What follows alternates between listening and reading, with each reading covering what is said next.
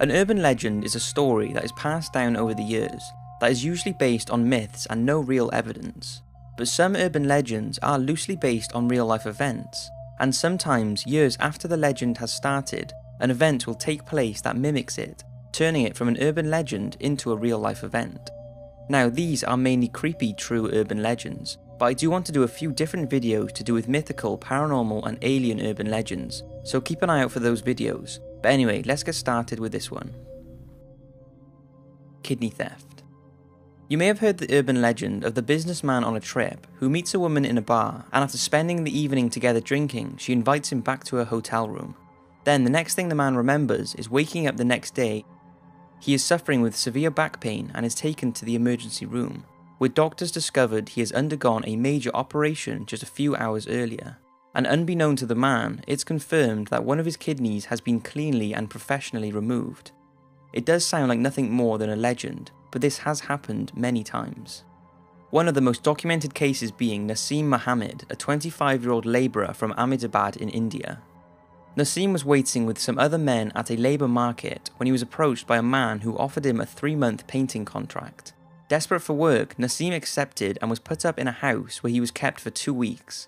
His recruiters told him they were waiting for a tender to pass before the work could begin, but Naseem was well fed and looked after while staying at the house and had no reason to suspect anything, until one day he was persuaded into giving a blood sample and shortly after an injection.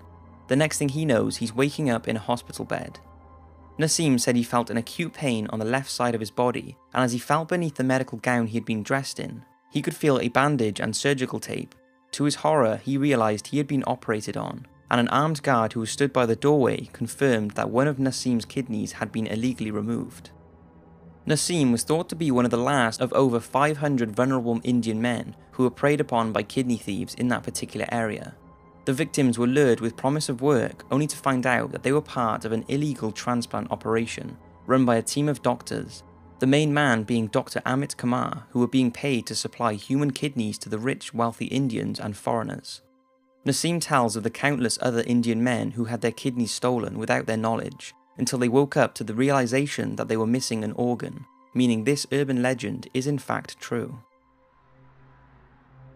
The killer in the back seat. The legend is that a woman is driving home alone late at night when she notices bright lights in her rearview mirror. As the vehicle gets closer, it continually flashes its lights whilst tailgating her, even ramming the back of her car. When the woman arrives home, she realizes that the driver was trying to warn her that he could see a man in the back of her car who was about to attack her, who is an escaped murderer. In other versions of the tale, the woman stops for fuel and the attendant asks her to get out of her car and come to the office as there is a problem with her payment. Once in the office, the attendant asks if she's aware that there is a man sat in the back of her car with a machete. This old legend has been used in many horror films, such as the original Halloween film, but it's thought that this urban legend is based on a story that took place in New York in 1964, when an unsuspecting police officer found an escaped murderer hiding in the back of his patrol car. After recognizing the dangerous killer, he shot him dead, and it's thought that the criminal was planning to kill the officer once he'd returned to the car. Despite the obvious differences in this story and the legend, it's widely believed that the killer in the back seat did originate from this incident. But another terrible real event took place in Chicago in 2013, when a man snuck into the back of a woman's minivan while she was inside a gas station paying. When she returned to the car and drove off, the attacker showed himself and assaulted her, and then told her to drive to a cash machine to withdraw cash. But there is a serious message that can be taken from this urban legend and the stories. Always lock your car doors, especially when you leave the car only briefly, because you never know who could climb in the back. The body under the bed. Now, this next legend is a pretty disgusting one, but has been around for many years. It tells the story of a honeymoon couple who check into their Las Vegas hotel and are delighted with their room, but as they settle in, they are aware of a bad odour. So bad that they ring down to reception to see if there is another room available. Unfortunately, the hotel is fully booked, but they offer to send a maid up to thoroughly clean the place to try and get rid of the smell. But when the couple returned from their night out, they can still smell the odour. At this point, the pair were annoyed and started to tear the entire room apart in a bid to find the smell, and as they pulled the mattress off the box spring, they were horrified to find the corpse of a woman. That is the urban legend, and unfortunately this has happened long after the legend's origin. In 2010, police were searching for 28-year-old mother of 5 Soni Millbrook when they made a shocking discovery. Her body was found in a metal box frame beneath the mattress in room 222 of the Budget Inn motel in Memphis. Millbrook had been missing for 2 months, and forensics confirmed her body had been under the bed all that time. It was also reported that the room was rented out around 5 times in the 2 months since the body was hiding, so people had slept on the bed. It was confirmed that she'd been murdered and had stayed at the motel prior to her death, but when payment wasn't made, her belongings were removed from the room and it was cleaned and rented out again. Millbrook's family repeatedly asked the motel staff if they could search the room when she first disappeared, but staff refused. Shortly after her discovery, Millbrook's boyfriend was arrested and convicted of her murder and sentenced to life in prison. It's crazy that if staff would have searched the motel room, her body would have been found and no one would have slept just inches above her in that bed, and the body under the bed would have remained just an urban legend. Killer is inside the house. This is one of the most popular legends out there. A teenage babysitter has put all the children to bed and is downstairs watching TV. The phone rings and the girl answers it. On the other end is a man laughing who tells her to check on the children. When she asks who is calling, he hangs up. Thinking the call is a hoax, the girl ignores it and carries on watching TV. The phone rings again with the same man, and now the girl is getting worried and decides to call the police. They tell her to wait at the house and they will trace the next call she gets. When the man rings again, the police call the girl and tell her the caller is inside the house and she should get out as soon as she can. The girl is greeted outside by the police and they tell her the caller is upstairs with the children. It's a creepy legend and has been used for many movies, but tragically there is a true story behind it and it involves 13-year-old Janet Christman. On the evening of March the 18th, 1950, Janet was babysitting a 3-year-old boy at his home in Columbia, Missouri.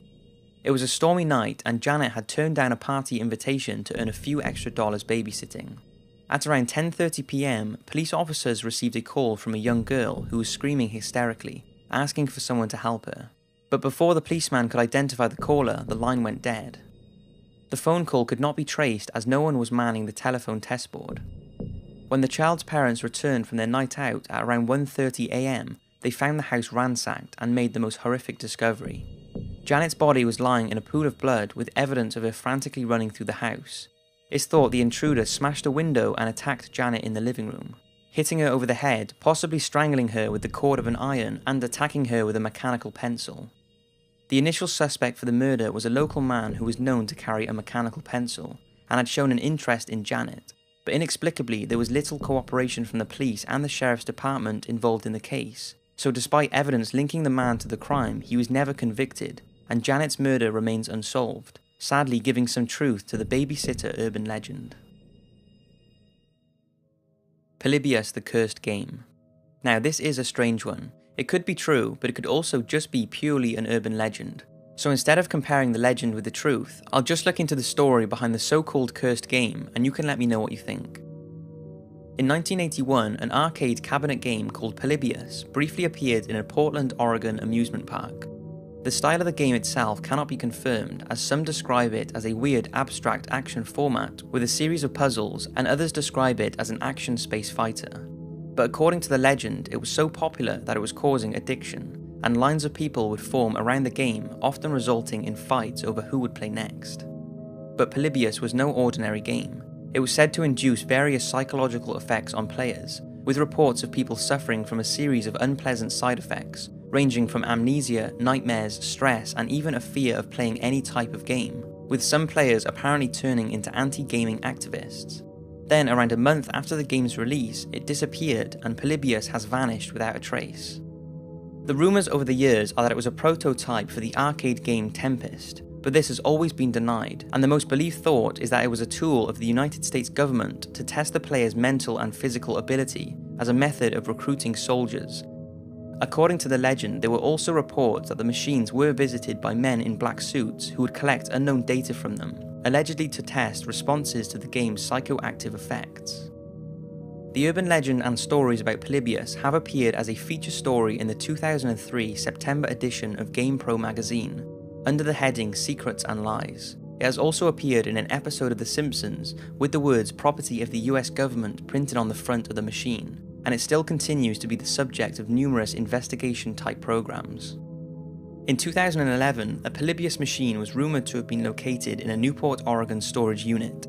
It was recognised by the name on the side, and it looked like an old Pac-Man game. The owner was apparently intending to sell it on eBay, but no more information has been released. So if anyone can shed some light on this mysterious cursed game, or if anyone has even played it, then let everyone know. The people who apparently did play it said it was very real and something was eerie and off about it. So maybe Polybius was a real cursed game, or maybe it's nothing more than an urban legend trying to stop people from playing too many video games. So that's 5 urban legends. Some are interesting and strange, and some are pretty creepy. I hope you've enjoyed the video, and I'll see you next week for 5 extraordinary underwater creatures.